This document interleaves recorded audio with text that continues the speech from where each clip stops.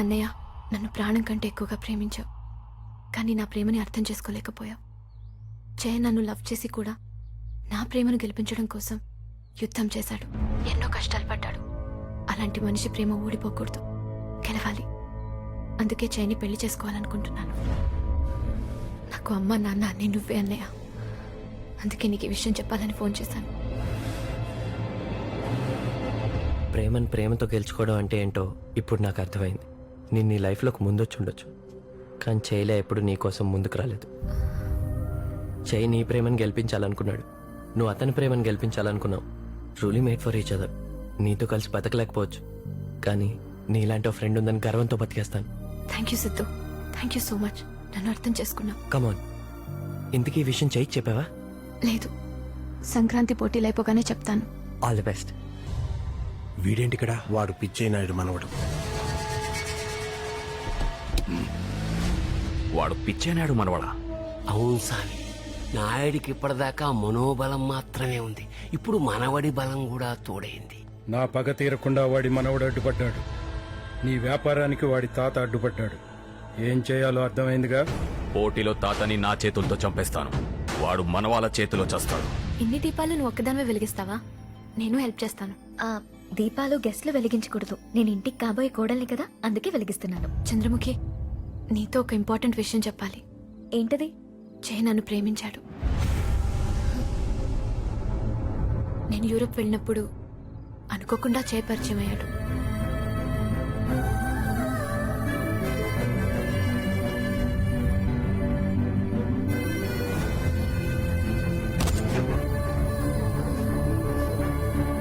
ఫస్ట్లో వారిపోయే దీపం కాదు, జ్వాల.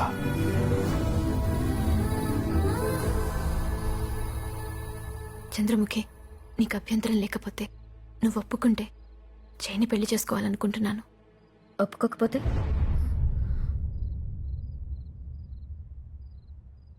దీపాలు వెలిగించు. బలవంతంగా జరిగిన నిశ్చితార్థానికి విలువ లేదు. అందరూ సంతోషంగా ఉండాలనుకునే జై సంతోషానికి నేనెలా అడ్డవుతాను?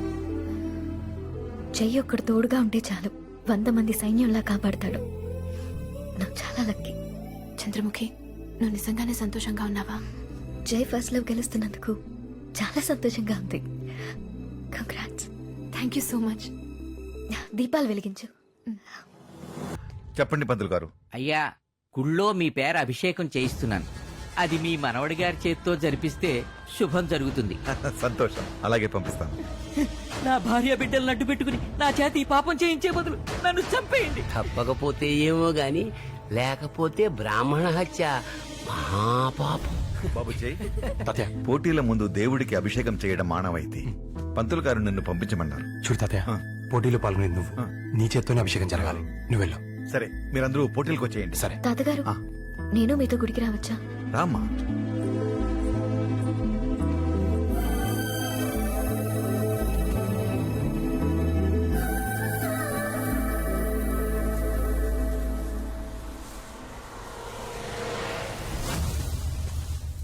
హలో. బండి బయలుదేరింది సార్. సరే.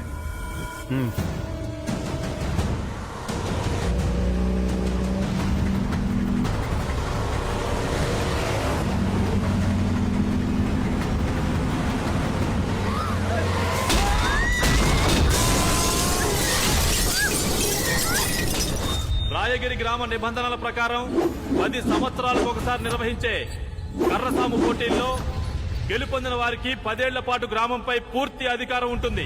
శ్రీ పిచ్చయ్యనాయుడు గారు ఈ సంవత్సరం కూడా స్వయంగా బరిలోకి దిగుతున్నారు. ప్రత్యర్థి శ్రీ గుండప్ప గౌడ తరపున రాహుల్ వడయార్ బరిలోకి దిగుతున్నారు.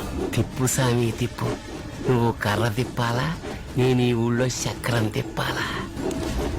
ఒరే పొట్టి పంతులు, నీ ఫోన్ కాల్ పుణ్యమని ఆ నాయుడు మనవడు ఈ పాటికి పైకి పోయి ఉంటాడు.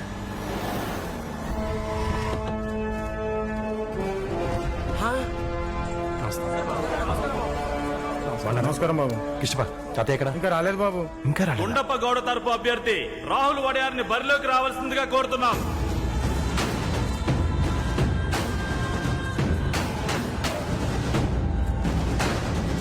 సామే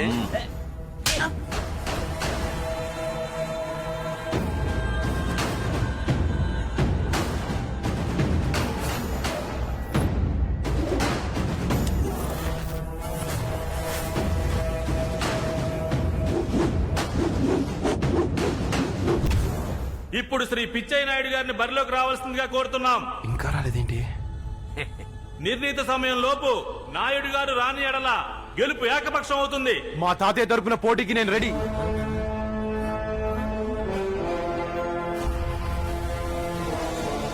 వద్దు బాబు, వాడు రాక్షసుడు. జై ప్లీజ్ నా మాట విను, వద్దు. మా తాతయ్యని గెలిపించడం కోసం నేను చావడానికి నా సిద్ధం. అబద్ధం.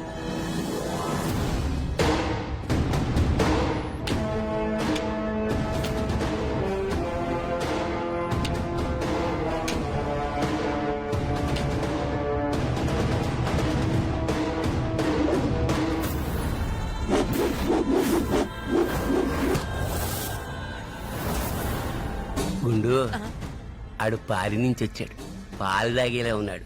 వీడు పొరుగురు నుంచి వచ్చాడు, పచ్చి నెత్తురు తగ్గుతాడు.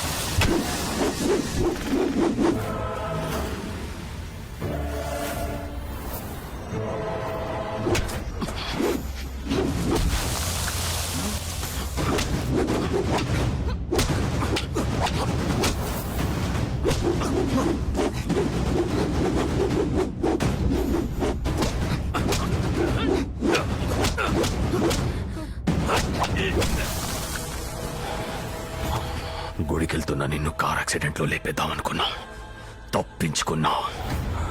ఇప్పుడు నా చేతుల్లో చస్తావు. అంటే గుడికి వెళ్ళా మా తాతయ్య యాక్సిడెంట్ లో ఖచ్చితంగా చచ్చుంటాడు.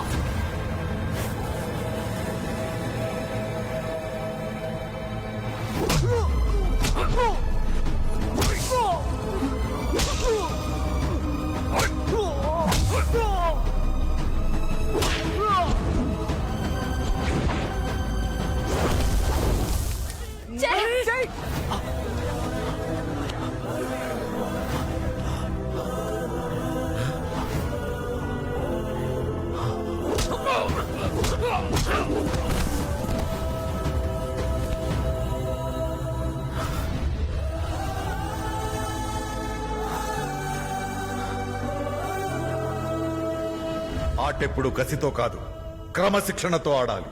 ఓర్పుతో ఉండాలి, అదును కోసం చూడాలి. ముందు శత్రువు బలాన్ని ఖర్చు పెట్టనివ్వాలి, అప్పుడు విజృంభించాలి. అప్పటికే అలసిపోయిన ప్రత్యర్థి ఆ దాడిని తట్టుకోని. ఓర్పే విజయం, సహనమే వజ్రాయుధం. ఇప్పటిదాకా ప్రత్యర్థి బలం చూశావు, ఇప్పుడు నీ బలం చూపించు.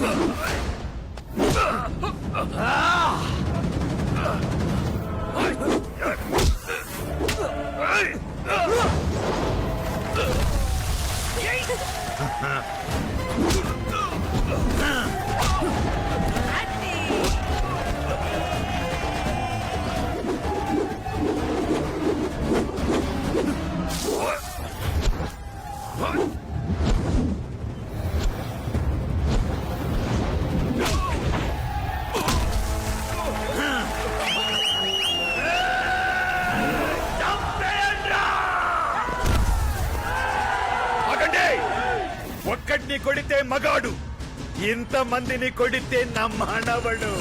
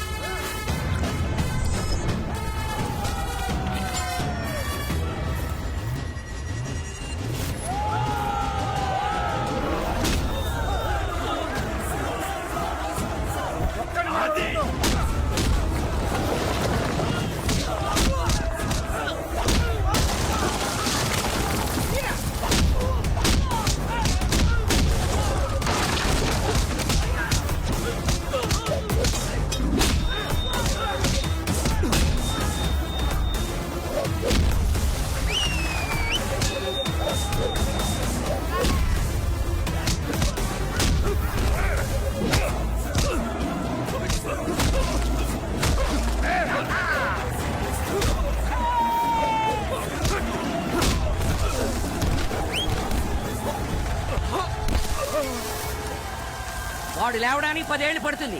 అప్పటికి నువ్వు ఉంటావా? పంతులు గుండెప్ప.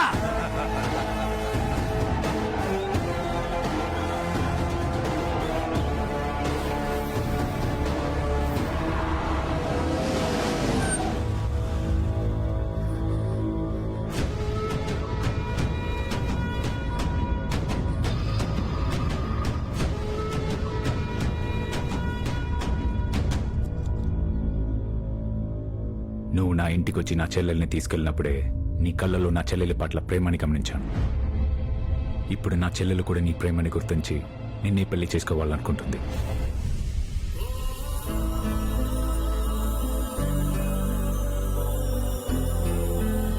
నాకంటే గొప్పగా నా చెల్లెల్ని ప్రేమించి నీకిచ్చి పెళ్లి చేయాలని నేను. You are my first love. నువ్వు సిద్ధార్థ్ గురించి చెప్పినప్పుడు చాలా బాధపడ్డాను.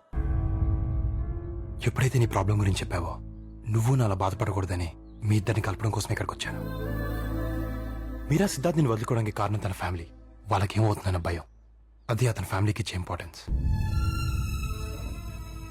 రేపు సిద్ధు నేను పెళ్లి చేసుకుంటే నువ్వు తన ఫ్యామిలీ అవుతావు. అప్పుడు నీ కోసం ఎన్ని వదులుకుంటాడో, ఎన్ని సాక్రిఫైస్లు చేస్తాడో ఆలోచించు.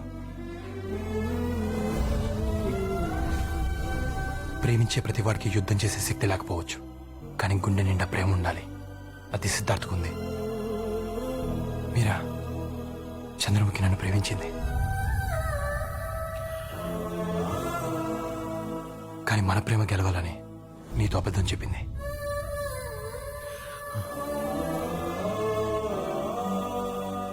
నిజానికి నేను కూడా చంద్రముఖి గతం విన్నప్పుడే తనకి తోడుగా ఉండాలని నిర్ణయించుకున్నాను.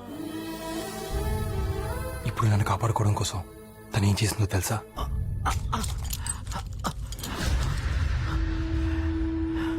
చంద్రముఖి వాళ్ళ నాన్నకి తప్పుడు జాతకం చెప్పించి దాన్ని సరిగ్గా నా కొడుకిచ్చి పెళ్లి చేద్దామనే టైంలో నీ మనవడు అడ్డొచ్చాడు. ఇప్పుడు నువ్వు నా చేతుల్లో చేస్తావు, నీ మనవడు నా కొడుకు చేతిలో చేస్తాడు.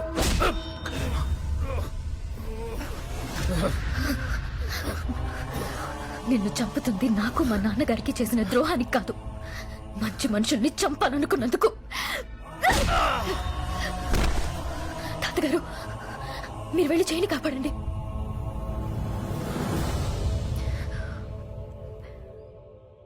జీవితం మనల్ని చాలా చోట్లకి తీసుకెళ్తుంది, కానీ ప్రేమ జీవితం ఉన్న చోటుకే తీసుకెళ్తుంది.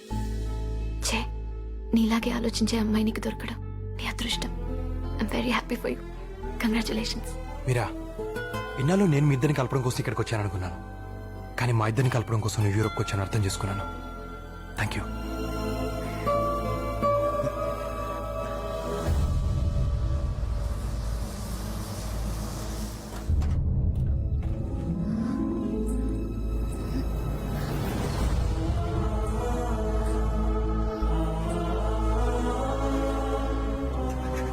నా మూర్ఖత్వంతో 12 ఏళ్ళకి ఇంటినే కారాగారం చేశాను. నన్ను క్షమించు తల్లి. అది మీ తప్పు కాదు నాన్నగారు, నా మీద ఉన్న ప్రేమ. ఎన్ని కోట్లకైనా వెళ్తాను, ఎంతైనా ఖర్చు పెడతాను. నీకు శిక్ష పడనివ్వను. ధైర్యంగా ఉండము. అలాగే నాన్నగారు.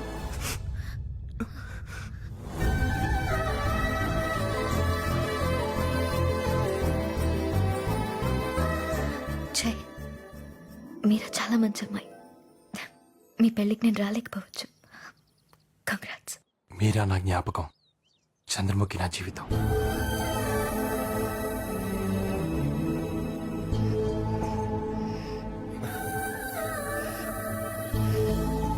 నీకోసం ఎన్ని సంవత్సరాలైనా ఎదురు చూస్తాను.